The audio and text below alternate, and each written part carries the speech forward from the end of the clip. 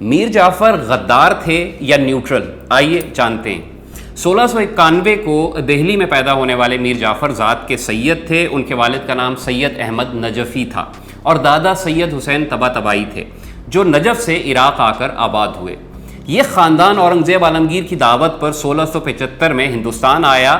Tabatabai Mughal دربار میں قاضی ہوئے اور انہوں نے اورنگزیب عالمگیر کی بھانجی سے شادی کی۔ میر جعفر کی پھوپھی اور طباطبائی کی بیٹی بیگم شرف النساء نواب بنگال علی وردی خان کی بیوی تھیں۔ علی وردی خان ہی کے زمانے میں میر جعفر بنگال آئے۔ ہمایوں مرزا کی کتاب کے مطابق 1740 میں جب سابق نواب کا تخت الٹا گیا اور علی وردی نواب بنے تو میر جعفر نے اس کام میں ان کی بہت مدد کی۔ سپہ سالاری کے دور میں میر جعفر نے مرہٹوں کے خلاف جنگ میں بھی کامیابی حاصل کی۔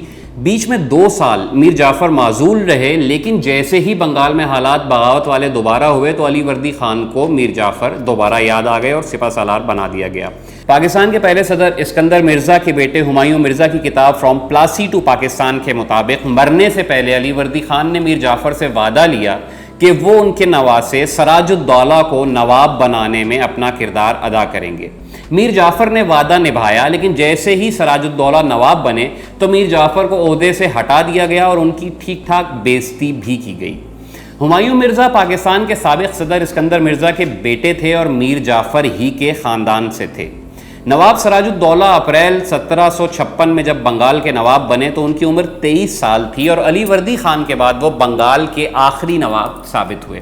انگریزوں سے جنگ چھڑنے لگی تو پھر سراج الدولہ کو میر جعفر یاد آ گئے، چونکہ وہ ان کے بزرگوں کے زمانے سے کافی بغاوتیں کامیابی سے کچل چکے تھے اور جنگوں میں اہم فیصلہ ساز بھی رہے تھے۔ سراج الدولہ چاروں طرف سے سازشوں کے خوف میں مبتلا تھے اور میر جعفر پہ انہیں اعتبار بھی نہیں تھا۔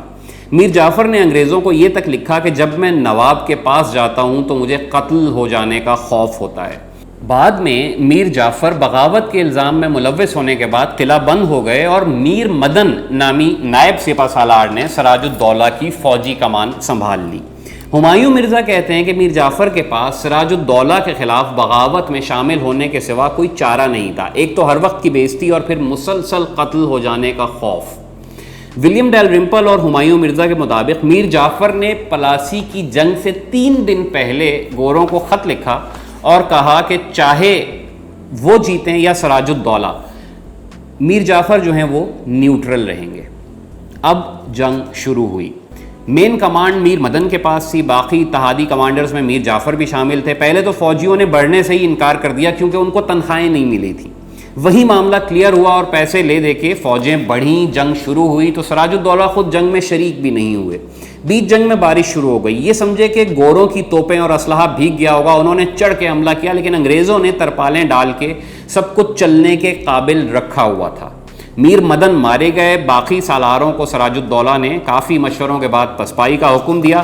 جب انگریز حملہ آور ہوئے تو سراج الدولہ میدان سے فرار ہو گئے۔ میر جعفر اور ان کی فوج جنگ میں حصہ نہ لینے کی وجہ سے محفوظ رہی۔ مورخ ولیم ڈیل رمپل کے مطابق میر جعفر صرف ایک ایسا چہرہ تھے جو سامنے تھا، ورنہ پیچھے کئی درباری اور نواب سراج الدولہ کے اہم عہدیدار موجود تھے۔ ہاں، انہوں نے یہ ضرور لکھا کہ انگریزوں نے جب بارش میں حملہ کیا تو میر مدن کے مرنے پر میر جعفر نے اپنی فوجیں فرار کروا دیں اور ان کو دیکھ کے باقی فوج بھی فرار ہو گئی۔ کچھ مورخین نے یہ بھی لکھا کہ میر جعفر سے مشورے کے بعد سراج الدولہ نے جنگ روکنے کا فیصلہ کیا، لیکن فیصلہ بہرحال نوجوان نواب کا تھا۔ جون 1757 میں جنگ ہارنے کے بعد 24 سال کے نواب سراج الدولہ جہاں چھپے، وہاں سے جولائی 1757 میں ایک مخبری پر میر جعفر کے داماد میر قاسم کے ہاتھوں گرفتار ہوئے۔ میر جعفر اپنے مشیروں سے صلاح لے رہے تھے کہ سراج الدولہ کو ملک سے باہر یا ملک سے اندر رکھا جائے، قید کیا جائے، پھانسی دی جائے، کیونکہ اس معاملے میں ان کی اپنی کوئی خاص رائے نہیں تھی، لیکن میر جعفر کا 17 سالہ بیٹا 100% سراج الدولہ کو مارنے کے حق میں تھا۔ میر میراں جعفر نے اپنے ساتھیوں کے ذریعے اسی رات نواب سراج الدولہ کو قتل کروا دیا۔ تاریخ دانوں نے میر جعفر کو لائق سپہ سالار لیکن نااہل حکمران لکھا ہے۔ میر جعفر کو جنگ پلاسی کے بعد انگریزوں نے حکمران بنایا، لیکن بہت جلد انہی انگریزوں سے میر جعفر کو دی اولڈ فول اور ان کے بیٹے میراں کو دی ورتھلیس ینگ ڈاگ کا خطاب ملا اور بنگال کی سلطنت تیزی سے روبہ زوال ہونے لگی۔ 5 فروری 1765 کو میر جعفر کا انتقال ہو گیا۔ انگریز اس جنگ کے بعد 180 برس تک بنگال پر حکمران رہے۔ میر جعفر کو غدار اس لیے کہا جاتا ہے کیونکہ انہوں نے اپنی سپہ سالاری سے معزول ہونے کے بعد اپنے حکمران کے خلاف انگریزوں سے مدد مانگی اور اس کے بدلے کئی دوسرے مقامی سرداروں کے تعاون سے انہیں ایک تگڑی رقم کی آفر کی۔ حکمران میں خود کیا کمزوریاں تھیں؟ سلطنت کے فوجی صرف پیسے کے لیے لڑتے تھے یا وفادار تھے؟ حکمرانی کی جنگ میں کیا اس سے پہلے اور بعد میں یہ سب کچھ نہیں ہوا؟ یہ سب وہ سوال ہیں جن کا جواب تاریخ کی کتابوں میں بہت آسانی سے ڈھونڈا جا سکتا ہے۔ اس ویلاگ کی تحقیق میں استعمال ہونے والی تمام کتابیں اور مضامین کے نام جاننے کے لیے اوپر موجود لنک پر کلک کیجیے۔ شکریہ۔